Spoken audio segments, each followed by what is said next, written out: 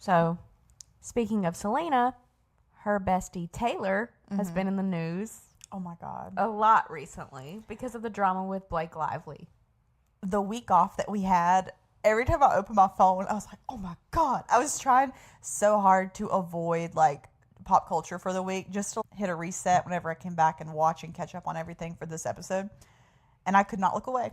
I was like, this is too good. But I'm kind of glad that we waited, because I feel like looking back at everything that's happened in hindsight, I have a better understanding of what happened. So obviously the news broke last week that Taylor Swift was officially subpoenaed for the Justin Baldoni Lively It Ends With Us case, whatever. Well, I hate to credit Candace Owens with this information, but she just breaks down the information in a way that I can understand it. She said some things about Kanye West in this week's episode that I don't even want to look like I side with her. Yeah, I don't even want to talk about Kanye's stuff. No, yeah, but she does break it down where you can understand it. So Yeah. that's that. Yeah, so she was discussing how the news was that Taylor Swift was subpoenaed, but those are all public record. You can find them if they're out there. And Taylor Swift wasn't personally subpoenaed to be a part of it. Taylor Swift has basically a law firm that works for her. The company is called Venable LLP. Her group of lawyers, or the law firm, were subpoenaed, and the messages that were being subpoenaed to be used as evidence were messages between Taylor Swift's lawyer and Blake Lively's lawyer. Okay. So it's not like the personal juicy text that everybody's making it out to be. Not yet, anyway. Okay. They come into it. Well, Blake and Ryan ended up coming back and trying to get rid of that subpoena, because I imagine Taylor Swift's team was pretty angry about it. Mm-hmm. So they filed to have it like removed, or whatever you would call that, after Taylor Swift's lawyers were like, we don't really need to abide by this. We're not relevant. This is stupid, whatever. So Blake and Ryan filed to have the subpoena thrown out. And then the threat that was made about leaking personal text messages came from Blake's lawyer on the phone with Taylor Swift's lawyer. On behalf of Blake? On behalf of Blake. And said that in February of 2024, if Taylor didn't come out and publicly support Lively after she wasn't present at the Super Bowl, they were going to leak personal text messages. And Taylor's lawyer accused them of extortion, ended the phone call. That was over. Well, Brian Friedman, who is Justin Baldoni's lawyer, wrote a letter to the judge that there is evidence in these messages, and that Blake asked Taylor to delete text messages. This information from Brian Friedman came from an unknown source that he addressed in the letter to the judge, and he said that he would not reveal the source unless the judge or court requested him to do so. He was going to protect his source. So he has the source that's close to Taylor Swift. That's all that we know. We don't know who, what, but he says he has no problem revealing it if it needed to be revealed in the court case or whatever. Candace Owens has this source herself. She kept saying alleged. It was very prominent that she said that. Her source claims that this person that talked to her said that the person that gave Brian Friedman this information is Scott Swift himself. Okay. And the reason that I really believe that is because if Blake Lively and Taylor Swift's personal text messages are being threatened to be leaked, you're not playing a little lighthearted game anymore. No.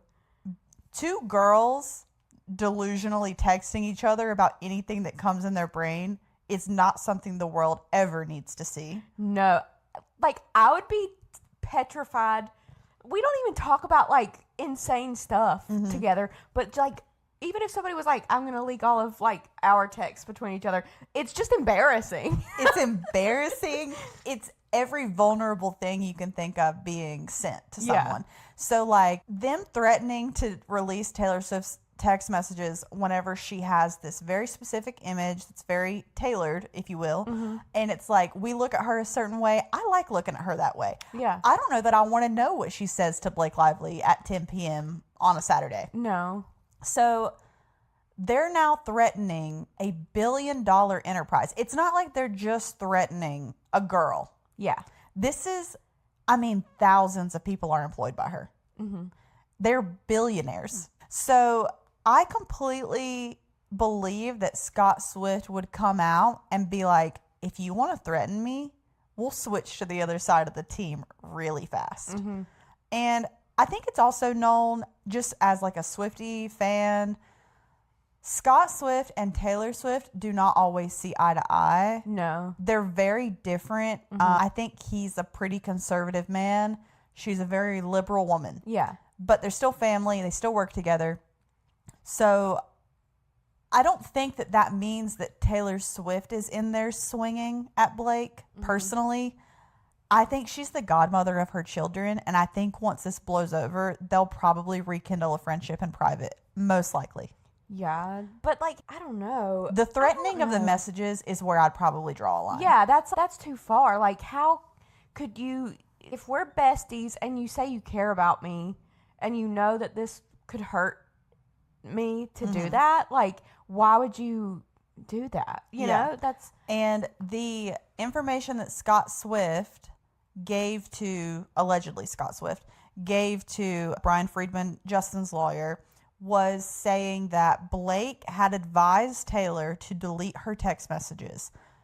Why would someone who has nothing to hide and is not guilty, because they were specifically addressing the case, like the text messages about Justin, about It Ends With Us, about whatever, any of that information. Also, would deleting the text really do anything? No. Because they pull the phone records. No, you know? it wouldn't do anything.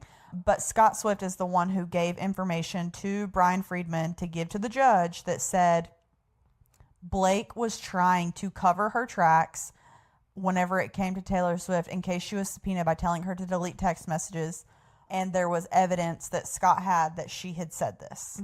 And I guess Brian Friedman was arguing that the relevance of that subpoena is that this information is in there. It's a lot. Yeah. I had one This other. whole case is a lot. Oh, yeah. Oh, it's just, the whole thing, it's like a whole cluster. It was confirmed today, the day that we're recording this episode, that the subpoena to like calling in Taylor's law firm and the messages between Blake and Taylor's lawyers is completely done, thrown out. Okay. So that could be because it was Blake's team initially going after, it may have been Justin's team. I don't know. But Blake and Ryan quickly jumped in there to be like, no, please don't. Don't do that. Don't pull her text messages. Don't whatever. But then she proceeded to threaten her with the personal text message leak. So this is so messy. And I just don't think, I don't think that I would be friends with someone anymore. Like, if No, you were it's that just too messy much. with me, like, and involved me in this when I wasn't even trying to get involved, and then you were threatening me and all of this, I would realize that we weren't as good of friends as I thought we were. And then I would just have to be what it is. there's also this element to like seeing this information come out to where Taylor Swift probably did only hear Blake Lively's side of the story, and it's your best friend. Why on earth would you ever doubt her that this stuff happened to you? And it's turned into such a show that it's like, did that happen the way that you said it did? Or were you just trying to like get me on your side, which I would have been anyway.